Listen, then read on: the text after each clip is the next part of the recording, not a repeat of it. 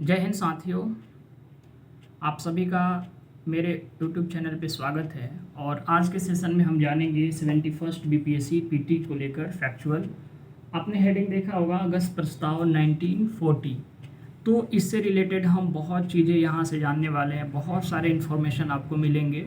Even आप अन्य PCS की प्रिपरेशन कर रहे हैं या फिर बीपीएससी, या फिर अगर कोई सचिवालय लेवल की आप परीक्षा की एग्ज़ाम की तैयारी कर रहे हैं, तो वो आपके लिए खासकर ये सेशन काफ़ी महत्वपूर्ण होने वाला है। और आप देखेंगे बहुत सारे फैक्चुअल कैसे हम एक दूसरे से कनेक्ट करके और उसे रिमेंबर रख पाते हैं। तो यदि आप इस चैनल पर नए हैं तो ज़रूर आप इस चैनल को सब्सक्राइब, लाइक और शेयर करें। इस चैनल के माध्यम से मैं आपको बता दूं कि यहाँ पे पीटी मेंस कि दोनों आपको एक तरह से जो मुद्दे होंगे उसको यहाँ पे एक तरह से बताया जाएगा। और बारी बारी से, चाहे वो यूपीएससी की मेंस आंसर राइटिंग प्रोग्राम की बात हो या फिर अगर फैक्चुअल की बात करें, प्रीलिम्स फैक्चुअल की बात की, तो वहाँ पे हम देखेंगे बहुत सारे विभिन्न मुद्दों को। लेकिन सबसे पहले हम अपने आते हैं टॉपिक पे। 71st बीपीएससी प्रीलिम्स आपको पता है कि 13 सितंबर को है और बहुत कम समय बचा है, तो क्यों नहीं इस पे 8-10 क्लास लिया जाए मॉडर्न हिस्ट्री का एवं साइंस का, ताकि जो भी फैक्चुअल चीज़ें हैं वो आप एकत्रित हो जाए। और आप इस तरह से करेंगे तो आपको बहुत लॉन्ग टर्म आपको रिमेंबर भी रहेगा। तो अगस्त प्रस्ताव की हम बात करेंगे, लेकिन इससे पहले थोड़ा सा मैं आपको 39 में लेके चलूँगा। द्वितीय विश्व युद्ध ये शुरू होता है 1939 से 1945 के बिटवीन में, इसका ड्यूरेशन है। और जब सेकेंड वर्ल्ड वार स्टार्ट हो रहा था उस समय ब्रिटिश यानी कि ब्रिटिश औपनिवेशिक शासन ये मान के चला था कि भारत जो है वो हमारे पक्ष में है, और एक तरह से उसने घोषित भी कर दिया था, डिक्लेयर कर दिया था कि भारत हमारे तरफ से यानी कि ब्रिटिश के तरफ से सेकेंड वर्ल्ड वार में भाग लेगा। लेकिन यहाँ पे हम कई चीज़ों को देखने का प्रयास करेंगे। जैसे 1939 की मैं बात करूँ तो एक घटना होती है त्रिपुरी अधिवेशन का, जो कि कांग्रेस का वार्षिक अधिवेशन होता है। और त्रिपुरी अधिवेशन साथियों, आपको बहुत सारे फैक्चुअल चीज़ें मिलेंगी, तो आप ज़रूर नोट पेन पेपर लेके बैठे, बहुत सारा इन्फॉर्मेशन आपको मिलेगा। अभी आएंगे अगस्त प्रस्ताव पे, लेकिन उससे पहले थोड़ा सा इसकी भूमिका पर हम गौर करते हैं और देखने का प्रयास करते हैं कि एक्चुअल में क्या हुआ था। तो 1939 में आपको पता है कि सेकेंड वर्ल्ड वार शुरू हो चुका था, और इस समय ब्रिटिश ये मान के चल रहा था, इन्होंने घोषित कर दिया था कि भारत मेरे तरफ से विश्व युद्ध में सम्मिलित होने वाला है। त्रिपुरी अधिवेशन की मैं बात करूं, त्रिपुरी अधिवेशन मस्ट इम्पॉर्टेंट अधिवेशन है। सबसे पहले तो आपको पता होना चाहिए त्रिपुरी त्रिपुरा में नहीं है। त्रिपुरी अधिवेशन जो हुआ था वो एमपी के जबलपुर में हुआ था, एमपी के जबलपुर में हुआ था। अच्छा, इस समय कौन वायसराय हुआ करते थे? तो वायसराय इस समय हुआ करते थे लॉर्ड लिनलिथगो। लॉर्ड लिनलिथगो का जो कार्यकाल है वो 1936 से लेकर 1944 तक है। डियर फ्रेंड्स, मैं आपको बताऊं कि जो गवर्नर का कार्यकाल है वो काफ़ी इम्पॉर्टेंट है, और बीपीएससी में तो एग्ज़ाम में पूछे जाते हैं। विगत वर्ष में कई प्रश्न यहाँ से पूछे गए हैं। तो त्रिपुरी अधिवेशन में क्या होता है कि यहाँ पे अध्यक्ष को लेकर चुनाव होता है, और एक तरफ से आप देखेंगे सुभाष चंद्र बोस, एक तरफ से देखेंगे कि सुभाष चंद्र बोस, एसएस बोस एक तरफ से, और एक तरफ से पट्टाभी सितार मैया, एक तरफ से पट्टाभी सितार मैया, जो कि गांधी के समर्थन से इस अधिवेशन की अध्यक्षता के लिए एक तरह से ये यहाँ पे चुनाव होता है। और एसएस बोस यहाँ पे जीत जाते हैं, परंतु गांधी और सुभाष चंद्र बोस के जो आपसी वैचारिक मतभेद थे उसको लेकर कहीं ना कहीं सुभाष चंद्र बोस यहाँ पे इस्तीफा देते हैं, और इस्तीफा के पश्चात डॉक्टर राजेंद्र प्रसाद यहाँ पे त्रिपुरी अधिवेशन की अध्यक्षता करते हैं। इसके पश्चात होता क्या है कि सुभाष चंद्र बोस एक तरह से जो जुड़ते हैं वो आपको पता है जर्मनी जर्मनी, जापान, इटली, जो कि फांसीवाद और तानाशाही शक्तियाँ उसमें निपुण थी, उसके अंदर अंतर्निहित थी। तत्पश्चात सुभाष चंद्र बोस ने कहा कि हमें सत्य, अहिंसा जैसे विचारों को पीछे करके और हमें इन शक्तियों का सहारा लेना चाहिए। लेकिन इन्होंने ये भी सुझाव दिया कि एक तरह से देखेंगे कि ये चाहते थे कि जो सेकेंड वर्ल्ड वार है उसमें दोनों अपनी संप्रभुता की लड़ाई लड़ रहे थे। एक तरह से ब्रिटेन था, एक तरह से जो ये शक्तियाँ फांसीवादी और जो तानाशाही शक्तियाँ थी, तो अपना अपना साम्राज्य है। तो सुभाष चंद्र बोस ने ये भी कहा था सॉरी सुभाष चंद्र बोस ने ये भी कहा था कि किसी का भी समर्थन न दिया जाए। हालांकि इनका झुकाव जरूर जर्मनी और जापान की तरफ था, लेकिन ये एक तरह से फांसीवाद और तानाशाह के विरुद्ध भी थे, ये नहीं चाहते थे। लेकिन ये इनका जो विचार था, मैं आपको कुछ उदाहरण देता हूँ। जैसे असहयोग आंदोलन, महात्मा गांधी से ये काफ़ी असहमत थे। इसके अलावा जो लॉर्ड इरविन और महात्मा गांधी के बीच जो इरविन समझौता हुआ था, उससे भी ये काफ़ी असहमत हुआ करते थे।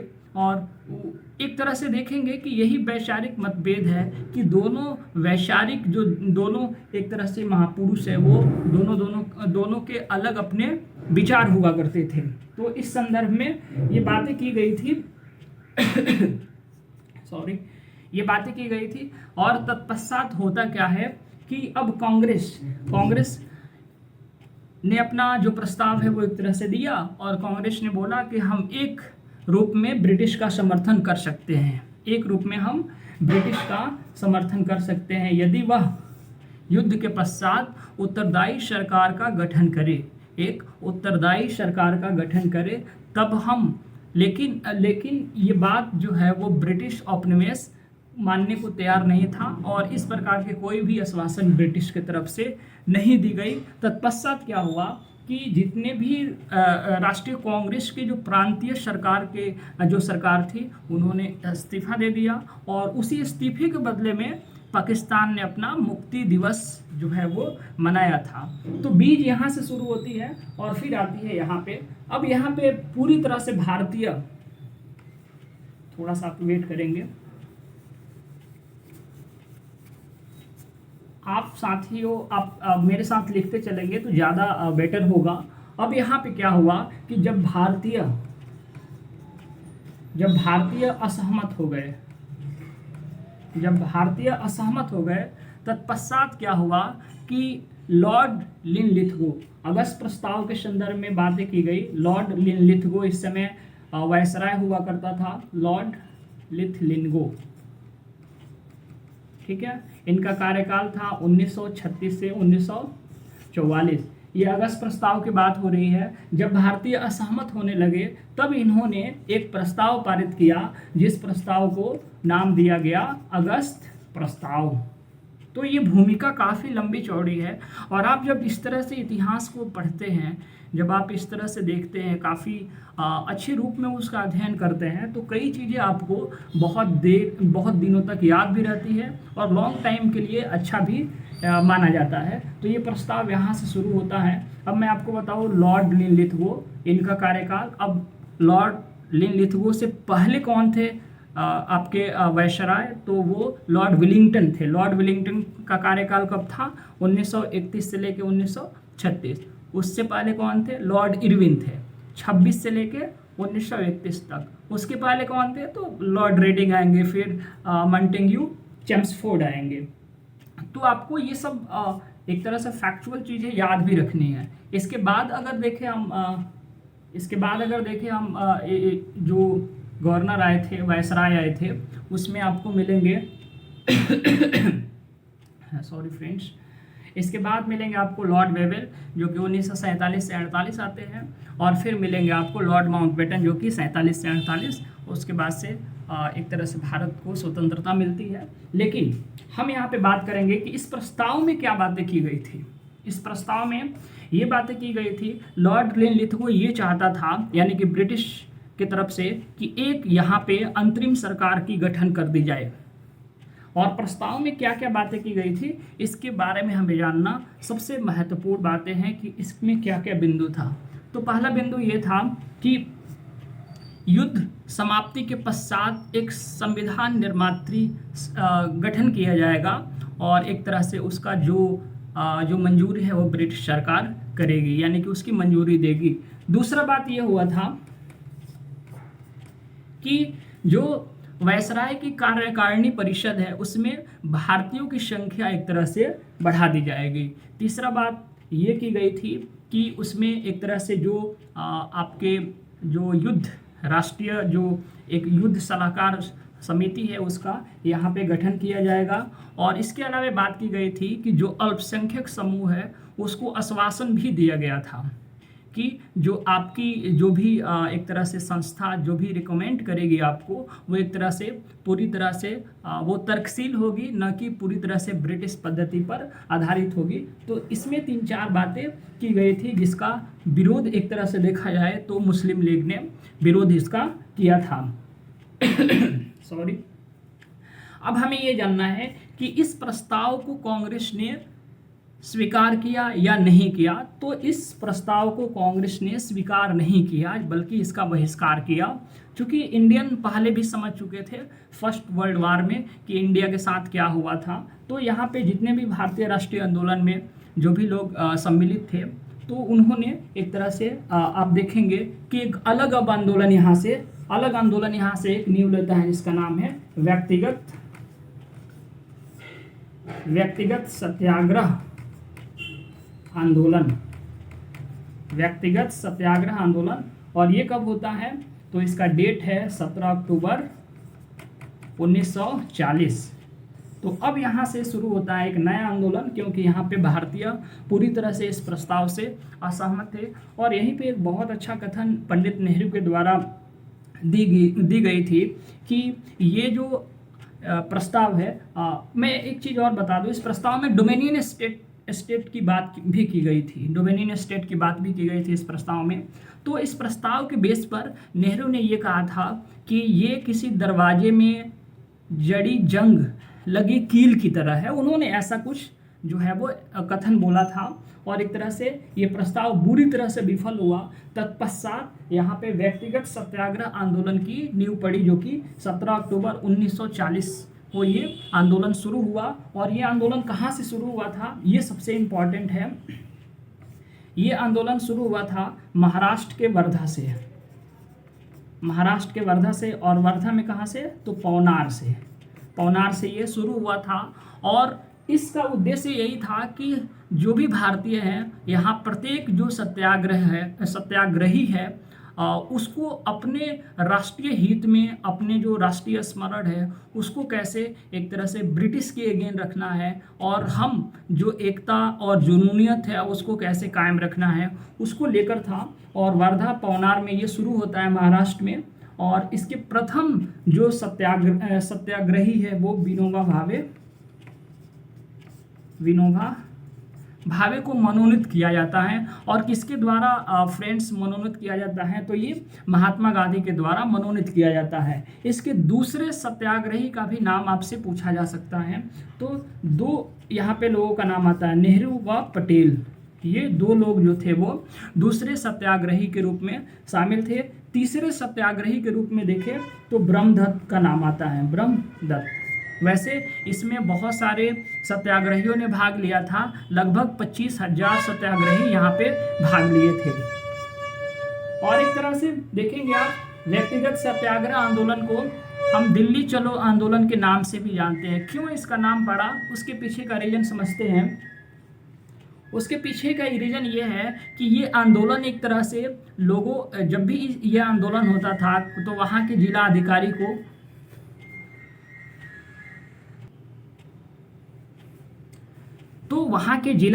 को एक तरह से ये बताया जाता था और ये फिर गांव तक लोगों को, तो ये आंदोलन एक तरह से अब दिल्ली की तरफ कूच कर गया था। यानी कि अब जितने सत्याग्रही थे अब गांव से जुड़ने के साथ साथ अब ये लोग दिल्ली की तरफ अपना मुहिम चलाए थे। और तत्पश्चात इसका नाम दिल्ली चलो आंदोलन के नाम से भी प्रसिद्ध है। तो दिल्ली चलो आंदोलन के नाम से प्रसिद्ध आंदोलन को व्यक्तिगत सत्याग्रह आंदोलन के नाम से भी जानते हैं। मैं आशा करता हूं कि आपको अगस्त प्रस्ताव से संबंधित जो भी फैक्चुअल चीज़ें हैं वो आपको समझ में आया होगा। मैं और भी कुछ 1940 की घटना को आपको रूबरू कराता हूँ, आप देखने का यहाँ प्रयास करेंगे कि जो कांग्रेस का अधिवेशन हुआ था, आपको पता है फ्रेंड्स कि 1940 में कांग्रेस का वार्षिक अधिवेशन होता है। कांग्रेस का वार्षिक अधिवेशन होता है, ठीक है। और इस अधिवेशन की अध्यक्षता कौन करते हैं? अबुल कलाम आज़ाद। अबुल कलाम आज़ाद करते हैं। और सबसे इम्पॉर्टेंट ये चीज़ें हैं कि ये 1940 का जो अधिवेशन है वो 53 यानी कि 53rd जो है वो अधिवेशन था, और ये बिहार में हुआ था। और उस समय बिहार और झारखंड एक ही साथ हुआ करते थे। तो रामगढ़ जो कि झारखंड में पड़ता है, अभी वर्तमान में झारखंड में है, उस समय भी झारखंड में था, लेकिन बिहार और झारखंड सम्मिलित रूप से एक ही प्रांत माने जाते थे। तो ये रामगढ़ में हुआ था। इससे इम्पॉर्टेंट हमें क्या चीज़ें याद रखना है कि बिहार में कौन कौन से वार्षिक अधिवेशन हुए हैं। जैसे एक तो हमें पता चल गया 53 जो रामगढ़ झारखंड में हुआ था, ये मैं बता रहा हूँ आज़ादी के पूर्व की बात है, यानी कि स्वतंत्रता से पूर्व जो भी बिहार में राष्ट्रीय आंदोलन हुआ उसकी मैं बात कर रहा हूँ। पहला हुआ था यानी कि 1912 में बांकीपुर में हुआ था, बांकीपुर में, राइट। ये 27वां, ठीक है, 27 अधिवेशन था जो कि बांकीपुर पटना में हुआ था। और इसके अध्यक्ष कौन हुआ करते थे? रंगनाथ माधोलकर,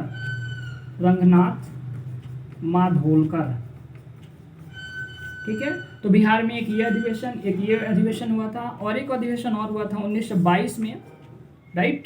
1922 में एक अधिवेशन हुआ था जो कि गया में हुआ था, और इसकी अध्यक्षता किया था चित्तरंजन